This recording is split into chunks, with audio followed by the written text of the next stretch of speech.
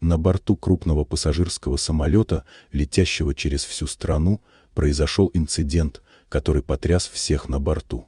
Пожилой мужчина по имени Джордж Миллер сидел в своем кресле у окна, в форме ветерана, с медалями на груди. Он прошел через войну, видел боль и страх, но сейчас был спокоен. Его взгляд был устремлен вдаль, за стекло, где облака медленно проплывали в небе. Несколько пассажиров в бизнес-классе начали проявлять раздражение. Им не понравилось присутствие старика в форме, кто-то насмешливо шептался, кто-то демонстративно выражал недовольство. Один из мужчин, влиятельный и самоуверенный, потребовал пересадить ветерана. Экипаж, стараясь угодить состоятельному клиенту, сделал то, что навсегда изменило этот полет. Они вывели Джорджа из кресла и при полном молчании большинства пассажиров буквально вытолкали его в сторону задней части салона, словно он был никем.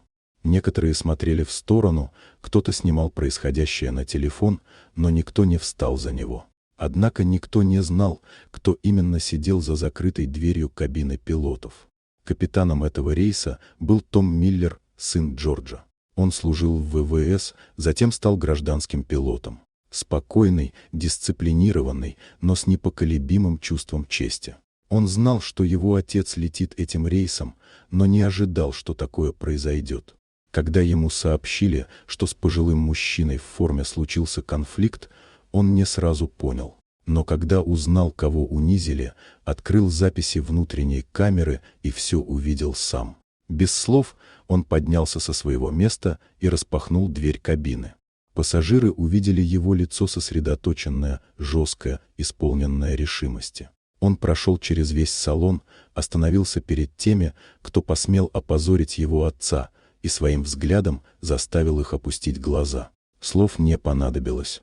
Затем Том лично провел Джорджа обратно в бизнес-класс и усадил в первое кресло. Он включил громкую связь и сообщил, что каждый, кто не уважает ветеранов, не будет приветствоваться на борту его самолетов. Он извинился перед отцом так, чтобы это слышали все.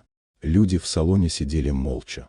Некоторые были поражены, другие стыдились своего бездействия. Никто не ожидал, что за скромным пожилым мужчиной стоит сын, способный за секунду изменить весь порядок вещей не силой, а честью, решимостью и личным примером.